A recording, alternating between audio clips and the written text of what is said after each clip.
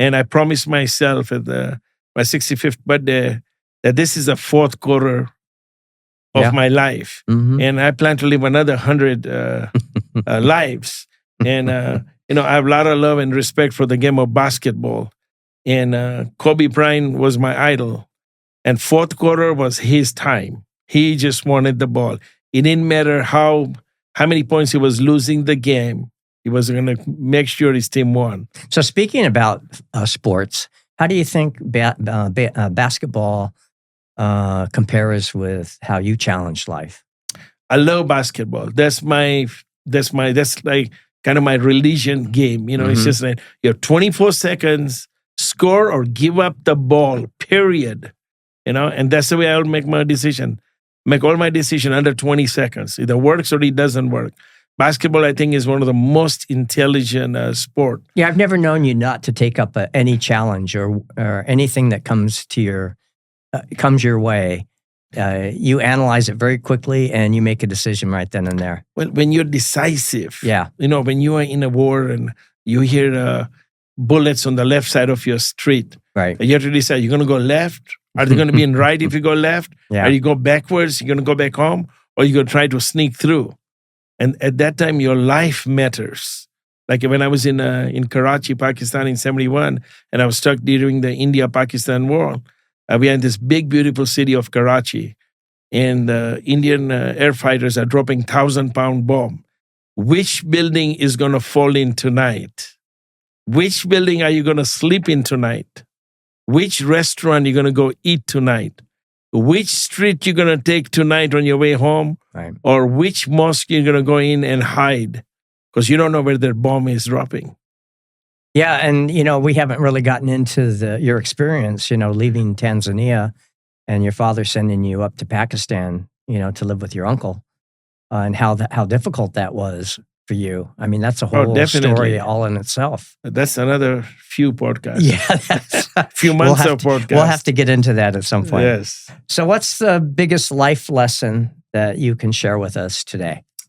That's another good question. What am I going to do with? There's no such thing as a bad question in life. No, there's not. You're right. Well, life experiences, it's very important to be as honest as you possibly can.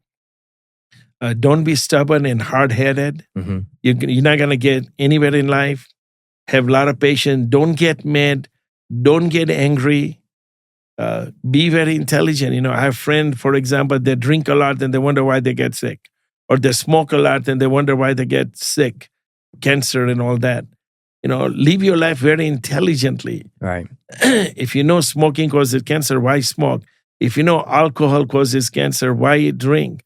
Driving a car is a very dangerous piece of machinery. Why drive fast?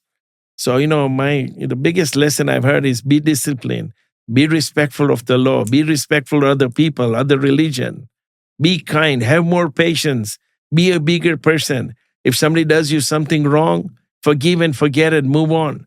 That's in every religion. Do you think that because your childhood was kind of shortened with a lot of heavy responsibilities, do you feel like you missed your childhood somewhat? Well, I have no regrets. No, of course not. Okay? So I might have missed my childhood, but here's a positive person talking. But I have more time as an adult than I had as a child. So I gained a lot of knowledge. I gained a lot of happiness. I gained a lot of confidence because I had to grow up quick and make my own decisions. And today, a lot of people around me, including my family members, take a long time to make a decision. I know.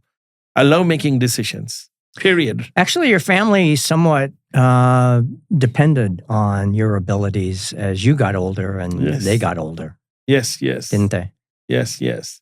But we all have learned from each other. We all work together as a team. Mm-hmm. But, I'm talking about my kids. I have 5 beautiful kids. Mm-hmm. And they're all born in the United States. They're all made in America.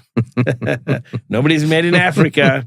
But my upbringing and my where I grew up, how I grew up is totally different than theirs. They have lived in a very beautiful country. They grew up under laws and, they had a proper childhood. They had toys. They had Disneyland. They had Magic Mountain. But they didn't have the buckets that you could ride down the street in the water. Hell no. The said, I talked to them so many times a day. Where are you? What are you doing? Yeah. Over there, nobody cared. Everyone was peaceful. Nobody got lost. If you lose your kid, it's somebody's house and they're keeping him. And the people didn't even worry if they didn't need their kids. They sent them next day. So tell me a little bit about your experiences with your dad when you said you used to have to go to work with your dad and he would take you to different parts of Tanzania. Yes, well, when my father moved to the mainland, Dar es Salaam, he had a furniture store. He had a guest house, which is like a motel. He had other businesses. And he would take me to the store, sit down. And on Sunday, he would take some time day off. At the age of 10, he would send me to the store with all the workers. And I was so proud. I was in charge of the whole furniture store, the whole business. I sat like a king. My father was not, when my father is in the business, I have to sit down and sit properly. I couldn't put my father would put his legs up on his desk and laugh and talk and joke. So on Sunday, that's what I did. I raised my legs. I was like a king till I got home. I went back to my smaller pad.